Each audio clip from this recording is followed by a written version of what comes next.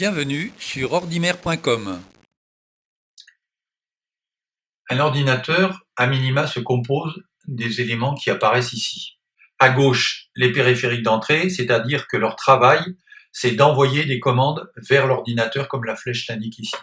Au centre, j'ai l'unité centrale et à droite, j'ai les périphériques de sortie. Ces appareils-là reçoivent uniquement des signaux de l'unité centrale. Alors, au clavier et à la souris, je peux ajouter d'autres périphériques d'entrée, par exemple un micro, ou encore un scanner, ou éventuellement une webcam, un appareil de photo numérique, une tablette graphique.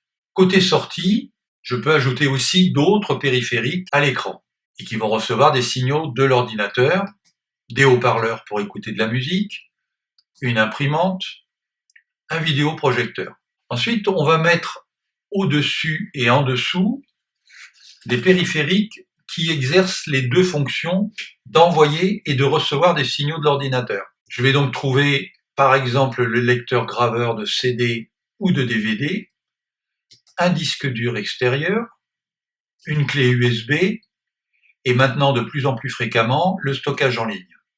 Au-dessus, côté réseau, je peux avoir un hub pour gérer mon réseau familial ou un petit réseau d'entreprise. Je peux avoir soit un routeur, soit une box pour me relier à Internet.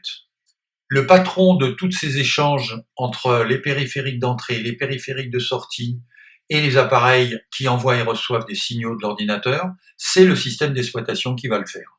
Le plus connu actuellement, c'est Windows 8.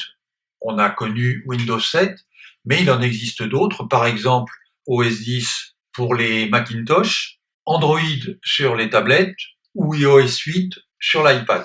Maintenant, si j'ouvre mon unité centrale, j'ai dedans des composants qui communiquent également entre eux.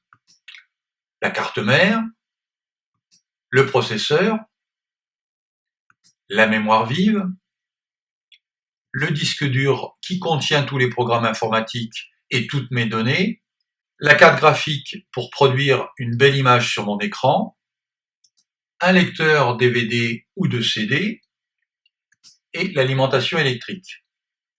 Encore une fois, c'est le système d'exploitation qui permet à ces composants de travailler ensemble. Si on récapitule tout ça, j'ai donc au milieu mon système d'exploitation avec en amont les programmes informatiques, applications, logiciels, en aval le matériel que l'on vient de voir.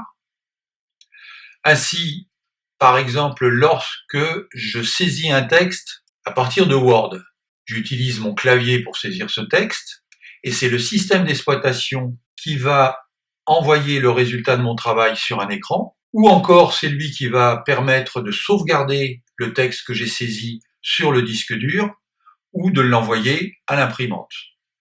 On mesure bien l'importance du système d'exploitation dans un ordinateur et la nécessité de maîtriser les principales fonctions de ce système.